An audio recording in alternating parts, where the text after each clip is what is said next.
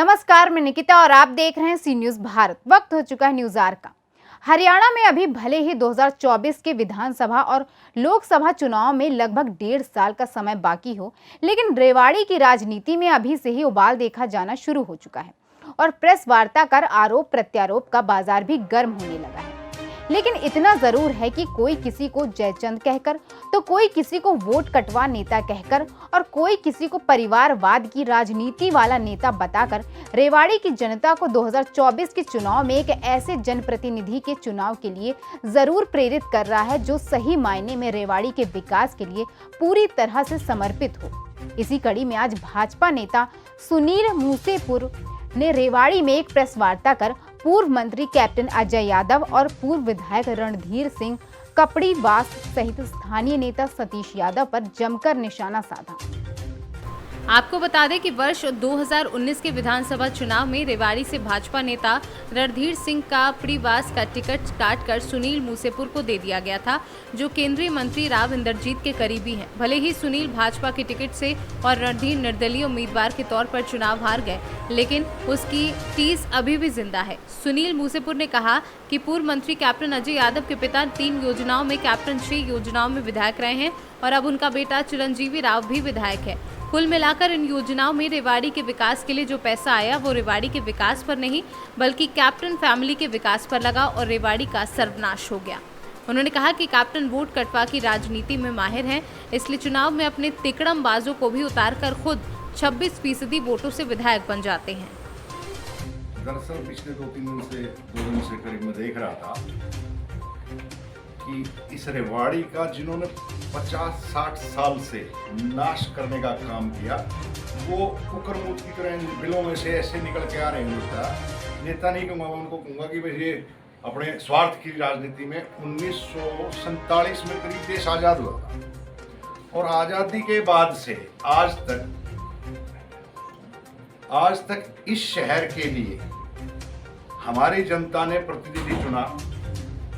दरअसल जो हमारे लोकल काम है वो सारे स्टेट गवर्नमेंट में, और पिछले 50 साल में 15 साल कैप्टन अजय सिंह का पिताश्री इस रेवाड़ी का विधायक रहा। 15 साल मतलब 3 योजना रहा। 6 योजना आपका कैप्टन अजय सिंह यादव मंत्री रहा। अब की बार कैप्टन यादव का छोरा मंत्री बन गया। मतलब कहने का 15, 6, 30, 45 और 5 ये ला लो, 50 साल, 45, 40 साल जिन्होंने इस शहर के ऊपर राज किया, वो इस शहर की दुर्दशा के जिम्मेदार हैं।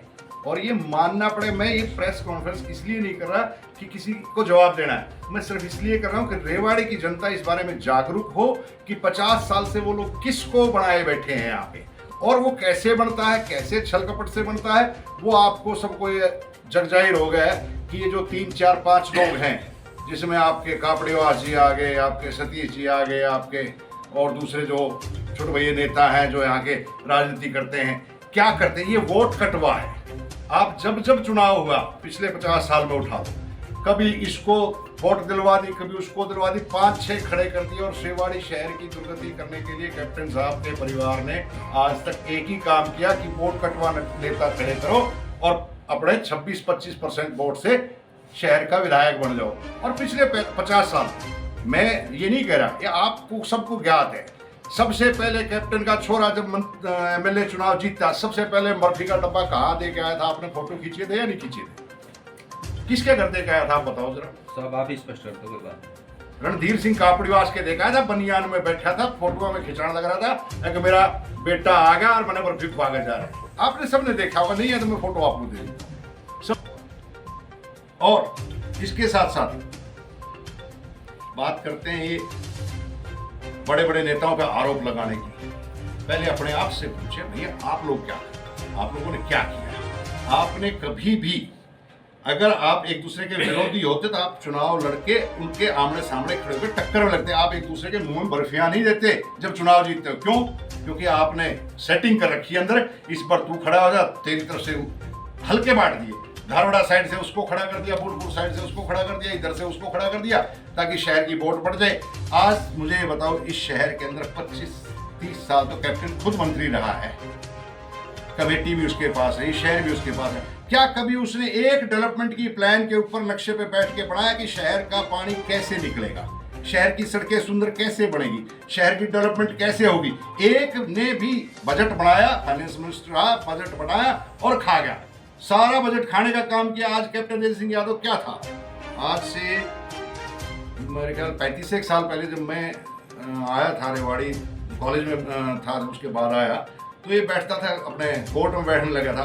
उसने भी काम मामूली सा रिटायर्ड फौजी अफसर था, तनख्वाह होगी मुश्किल से 20-30 हज़ार रुपये, उसने बहुत ज़्यादा थी शायद। और आज तक उसका कोई व्यापार नहीं है, कागजों में भी कोई व्यापार नहीं, ना उसकी बीवी व्यापार करती, ना वो व्यापार करता, ना उसका छोरा करता।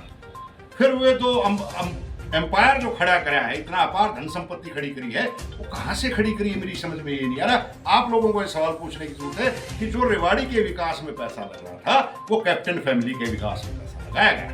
तो इस चीज का जवाब रेवाड़ी की जनता को मांगना चाहिए और मैं जनता के साथ इस बात के लिए खड़ा हूं कि रेवाड़ी की जनता ये हिसाब मांगे। कैप्टन साहब, पिछले 60 साल से तू, तेरा बाबू, तेरा छोरा, तीनों तुम लाग के इस शहर को जो कचरा खाना बना रहे हो, इसका पिंड छोड़ दो और इस शहर को आजाद कर दो, किसी और के हवाले करो, ताकि इस शहर की प्रगति, उन्नति और आगे बढ़ने का काम हो सके। ऐसे ही आपके और जो मित्र हमारे लग रहे हैं, रणधीर सिंह कापड़ीवास जी पिछले 30 साल से रिश्तेदारी की आपस की है। गेम का नाम क्या होता है? हाँ, वो जो भी है वो खेलते रहते हैं, मैं उरानी। ये करते करते इन्होंने 30 साल से कैप्टन अजय सिंह और रणधीर सिंह कापड़ीवास लड़ाई लड़ते आ रहे हैं। कभी जीता क्या वो चुनाव? कब जीता वो चुनाव? जब सुनील यादव जैसे नए कार्यकर्ता 2013 में नरेंद्र मोदी जी के साथ लग के जब आगे आए तो हम लोगों ने उनको जिताने का काम किया और पहली बार विधानसभा भेजने का काम किया।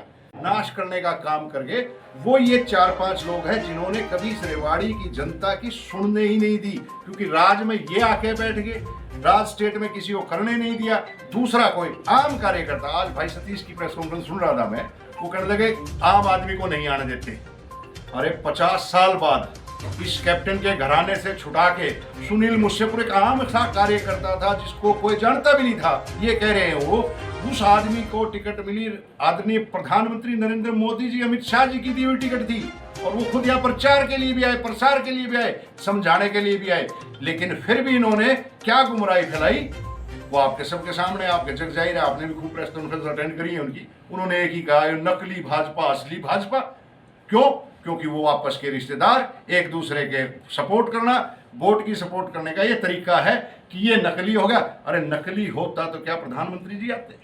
नकली होता तो क्या पार्टी अध्यक्ष नड्डा जी आते? नकली होता तो क्या भारतीय जनता पार्टी के हरियाणा के मुख्यमंत्री मनोहर लाल खट्टर जी आते? एक आम साधारण कार्यकर्ता को टिकट मिलना और वो चीज इनके हजम नहीं होना, क्योंकि इन्होंने तो 50 साल से एक काबू कर रखा था ना। पहले दादा बन गया, फिर बेटा बन गया, अब पोता बनाना था। तो इसलिए वो 50 साल का जो उनका वर्चस्व था वो तोड़ता दिख रहा था एक आम आदमी के जैसे, क्योंकि आम आदमी से सबको डर लगता है। एक आम आदमी जो जनता के बीच से आया, मैं कोई खानदान से, किसी राजनीतिक परिवार से नहीं, आम सा साधारण सा, जैसे आप आज पत्रकारिता कर रहे हैं, आज आप चैनल चला रहे हैं, अपना न्यूज चला रहे हैं, ऐसे ही मैं भी एक आम आदमी था। और वो मोदी जी की मेहरबानी लगा लो या उन्होंने मेरे काम को देखा होगा, पिछले 10 साल से मैं भारतीय जनता पार्टी में काम कर रहा हूँ, काम देखा होगा, काम की वजह से उन्होंने मुझे आगे मौका दिया होगा। उस मौके को देने के बावजूद इनके हजम नहीं हुआ कि आम आदमी अगर आ गया तो तुम्हारा राज छिन जाएगा, इसलिए विरोध किया था इन्होंने मेरा। और सारे थे ये विरोध में, मैं ये नहीं कहूंगा कि एक आदमी था, ये सारे एकजुट हो गए थे, इसलिए कि कोई दूसरा आदमी ना आ जाए, फिर रेवाड़ी की सत्ता में तुम्हारा हिस्सेदारी खत्म हो जाएगी। और किसी तरह का जो भ्रम है लोगों में वो भी निकाल देना चाहिए कि सिर्फ 26% वोटों से राज करते आ रहे हैं पिछले 50 साल से। इसके लिए मैं जनता को यह आह्वान करूंगा कि आप जागो और इन वोट कटवाओं से, जो वोट कटवा नेता खड़े करते हैं, 5-5 4-4 खड़े कर देते हैं, इनसे संभल के चलो।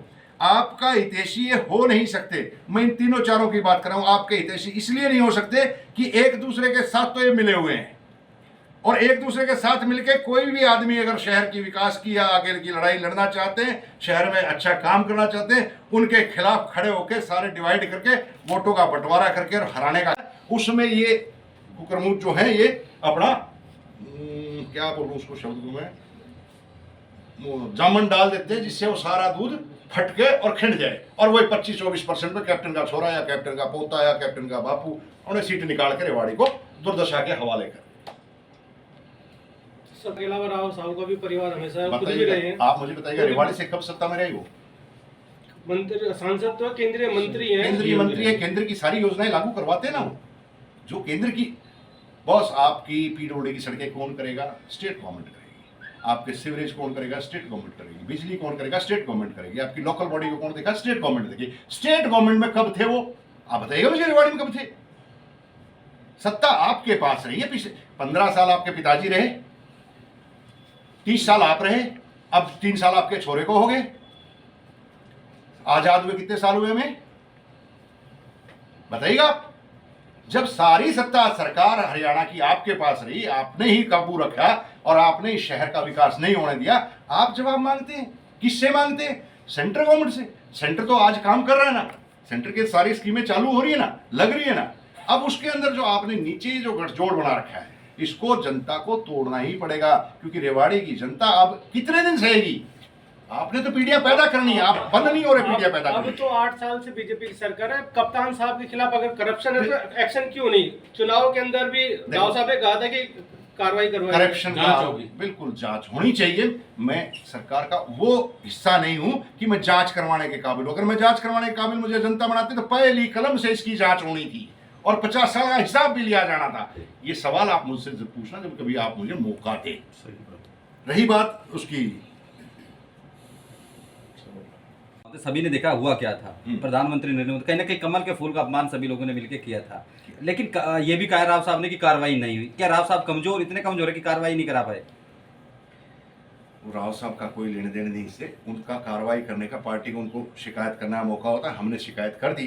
कार्रवाई पार्टियों का काम है। पार्टी कैसे किस तरह से एक्शन लेती है पार्टी की मर्जी होती है। उन्होंने तो इनाम दिया ना कहीं ना कहीं पार्टी ने। तो इसको इनाम कह लो या कुछ भी कह लो, आप जो उचित समझे शब्द, बट पार्टी के सब संज्ञान में है और पार्टी को सब कुछ पता है कि पार्टी में क्या हो रहा है। पार्टी बहुत मजबूत है। मैं ये पूछना चाहता हूं, पार्टी मजबूत हुई है हम सब कार्यकर्ताओं से। कार्यकर्ता जब तक है पार्टी तब तक होती है, और कार्यकर्ता हम रोजाना कार्यकर्ताओं को जोड़ रहे हैं। भारतीय जनता पार्टी नरेंद्र भाई मोदी इतना बढ़िया काम कर रहे हैं, जन जन तक पहुंचाने की कोशिश करते हैं, लेकिन उसमें ये कुकरमुख जो है ये अपना क्या बोलूं उसको शब्द को मैं, वो जामन डाल देते हैं जिससे वो सारा दूध फटके और खिंड जाए, और वही 25-24% पे कैप्टन का छोरा या कैप्टन का पोता या कैप्टन का बापू उन्हें सीट निकाल के रेवाड़ी को दुर्दशा के हवाले कर। सबके अलावा राव साहब का भी परिवार हमेशा खुद भी रहे हैं। आप मुझे बताइएगा रेवाड़ी से कब सत्ता में रहे वो? मंत्री सांसद तो केंद्रीय मंत्री हैं। केंद्रीय मंत्री है, केंद्र की सारी योजनाएं लागू करवाते हैं ना वो। जो केंद्र की बॉस, आपकी पीडब्ल्यूडी की सड़कें कौन करेगा? स्टेट गवर्नमेंट करेगी। आपके सीवरेज कौन करेगा? स्टेट गवर्नमेंट करेगी। बिजली कौन करेगा? स्टेट गवर्नमेंट करेगी। आपकी लोकल बॉडी को कौन देखा? स्टेट गवर्नमेंट देगी। स्टेट गवर्नमेंट में कब थे वो? आप बताइएगा मुझे, रेवाड़ी में कब थे? सत्ता आपके पास रही है। पिछले 15 साल आपके पिताजी रहे, 30 साल आप रहे, अब 3 साल आपके छोरे को हो गए। आजाद हुए कितने साल हुए हमें बताइएगा आप? जब सारी सत्ता सरकार हरियाणा की आपके पास रही, आपने ही काबू रखा और आपने इस शहर का विकास नहीं होने दिया, आप जवाब मांगते हैं। किससे मांगते हैं? सेंट्रल गवर्नमेंट से। सेंटर तो आज काम कर रहा है ना, सेंटर की सारी स्कीमें चालू हो रही है ना, लग रही है ना। अब उसके अंदर जो आपने नीचे जो गठजोड़ बना रखा है, इसको जनता को तोड़ना ही पड़ेगा, क्योंकि रेवाड़ी की जनता अब कितने दिन सहेगी? आपने तो पीढ़ियां पैदा करनी है, आप बंद नहीं हो रहे पीढ़ियां पैदा अब करनी। तो 8 साल से बीजेपी की सरकार है। कप्तान साहब के खिलाफ अगर करप्शन है तो एक्शन क्यों नहीं? चुनाव के अंदर भी राव साहब ने कहा था कि कार्रवाई करवाई। करप्शन का जांच होगी। बिल्कुल जांच होनी चाहिए। मैं सरकार का वो हिस्सा नहीं हूं कि मैं जांच करवाने के काबिल हूं। अगर मैं जांच करवाने के काबिल मुझे जनता बनाती तो पहली कलम से इसकी जांच होनी थी और 50 साल का हिसाब भी लिया जाना था। ये सवाल आप मुझसे जब पूछना जब कभी आप मुझे मौका दे। रही बात उसकी, हजारों तस्वीरें, सैकड़ों हजारों वीडियो आपको मिस्टर कापड़ीवास के लिए वोट मांगती हुई बाजार में मिल जाएंगी। और वो दिन था कि कापड़ीवास जी को हमने विधायक बनाया कि रेवाड़ी की दशा अब इस कैप्टन से छुड़वा के ठीक करेगा और 5 साल वो भी अपने मौजली दोनों मिलके वही उनकी चुगल जैसी चलती थी वैसे ही चला के 5 साल अपना टाइम पूरा कर गया। और अब जब दोबारा पार्टी ने देखा ये नकारा आदमी ये काम नहीं करेगा, विकास के लिए हमने लाए थे इसको, विकास की बात ये कर ही नहीं रहा, ये तो अपनी कप्तान की अपनी गुठली बजाता है, दोनों एक दूसरे काम करते रह गए, चलते चले गए। इसलिए पार्टी ने उसका टिकट काटा और एक नए कार्यकर्ता को जिसने कभी राजनीति नहीं की थी उसको टिकट दिया। ये टिकट कोई कहे कि वैसे ही किसी के सहारे से किसी के उससे हो गया, ऐसा नहीं है। ये आदरणीय नरेंद्र भाई मोदी ने और आदरणीय अमित शाह जी ने जब पूरा वर्किंग देखा कि रेवाड़ी में कौन लोग असलियत में काम कर रहे हैं, तब उन्होंने ये टिकट रिकमेंड की थी और उन्होंने ये संगठन के अंदर मुझे लाके और चुनाव लड़ाया था। ये हजम इसलिए नहीं हुआ क्योंकि उनको पता था तुम्हारी सत्ता अगर आम आदमी के हाथ में चली गई तो वापस नहीं आएगी, इसलिए उस डर से उस भय से पूरे बौखलाए हुए थे। सारे अलग अलग एंगलों से इन्होंने क्या क्या आरोप नहीं लगाए। कैप्टन अजय सिंह का छोरा कहता मेरे पर 18 केस दर्ज है, 18 मुकदमे दर्ज कराए। चुनाव में आपने खूब चलाया होगा, वीडियो भी आपने भी देखा होगा, क्या क्या आरोप लगाए। एक भी मुकदमा मेरे जीवन में आज तक दर्ज नहीं हुआ। पहला मुकदमा मेरे जीवन का दर्ज हुआ है वो कैप्टन अजय सिंह यादव के दबाव से अभी 1 साल पहले दर्ज हुआ है, 23 सितंबर 2021 को। वो कैप्टन अजय सिंह यादव के दबाव से उसने मेरे पे मुकदमा दर्ज कराया जो कि झूठा है।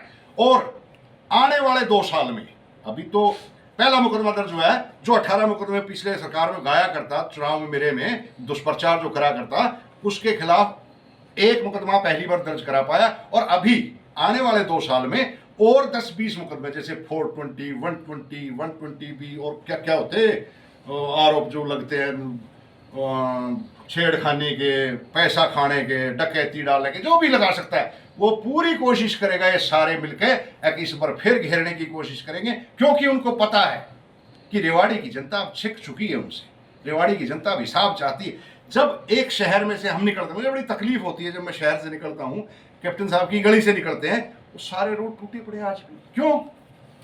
क्योंकि उनकी प्लानिंग ही नहीं की गई कि प्लानिंग करके पानी कहाँ से निकलेगा, नाले कहाँ से बनेंगे, शहर की सफाइयाँ कैसे होंगी। कभी कोई प्लानिंग नहीं की। हमेशा एक ही चीज पे चलते रहे कि जैसे तैसे करो, तेरा राज आए तू लूट ले, मेरा आए मैं लूट लूं, दोनों आपस में गठजोड़ करके लगे रहे। और पिछले 35-50 साल से दोनों ने गदर मचा रखा है। रेवाड़ी से सीनू संवाददाता चैन सिंह की रिपोर्ट। फिलहाल के लिए इस खबर में बस इतना ही। देश और दुनिया की तमाम खबरों के लिए देखते रहिए सी न्यूज़ भारत।